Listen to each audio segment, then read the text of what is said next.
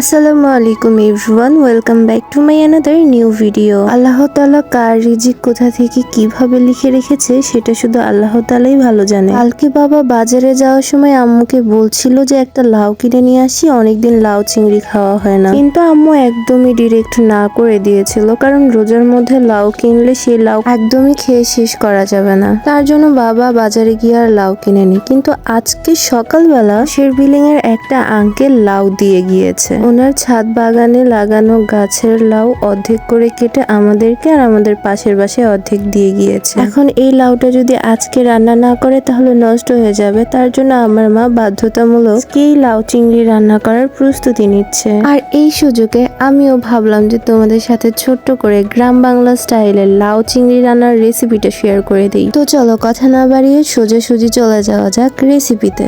প্রথমে একটা কড়াইয়ে তেল গরম করে নিতে হবে, আর তারপর এর মধ্যে এক একে দিয়ে দিতে হবে তেজপাতা, গোটা দারচিনি, গোটা জিরা, পেঁয়াজ কুচি আর মরিচ। তারপর এগুলোকে একটু ভালোভাবে নেড়েচেড়ে ভেজে নিতে হবে। ভাজা হয়ে গেলে এর মধ্যে দিয়ে দিতে হবে টমেটো, স্বাদ মতো লবণ, আদা রসুন বাটা, পরিমাপ মতো মরিচ গুঁড়া, হলুদ গুঁড়া, আর এর মধ্যে অল্প একটু পানি দিয়ে ভালোভাবে নেড়েচেড়ে মিশিয়ে নিতে হবে মশলাগুলোকে। তারপর এর মধ্যে সামান্য একটু ধনিয়া গুঁড়া আর জিরা গুঁড়া মিশিয়ে ভালোভাবে নেড়েচেড়ে নিতে হবে। তারপর এর মধ্যে সামান্য একটু পানি মিশিয়ে চিংড়ি মাছগুলোকে এর মধ্যে দিয়ে ভালোভাবে কষিয়ে নিতে হবে যতক্ষণ না পর্যন্ত তেল উপরে ভেসে উঠছে। ভাই রে ভাই, এত ছোট চিংড়ি যে চোখেই দেখা যাচ্ছিল না। যাই হোক, মশলাগুলোর তেল উপরে ভেসে উঠলে আগে থেকে কেটে রাখা লাউ কষানো মশলাটার মধ্যে দিয়ে ভালোভাবে নেড়ে চেড়ে ঢাকনা দিয়ে ঢেকে দিতে হবে। লাউটা যদি কচি আর তরতাজা হয়ে থাকে তাহলে আমার মতো এরকম ঢাকনা তুলে তোমরাও অবাক হয়ে যাবে। লাউ থেকে কত পানি বের হয়েছে। মাছের তেলে মাছ ভাজতে তোমরা অনেকেই শুনেছ,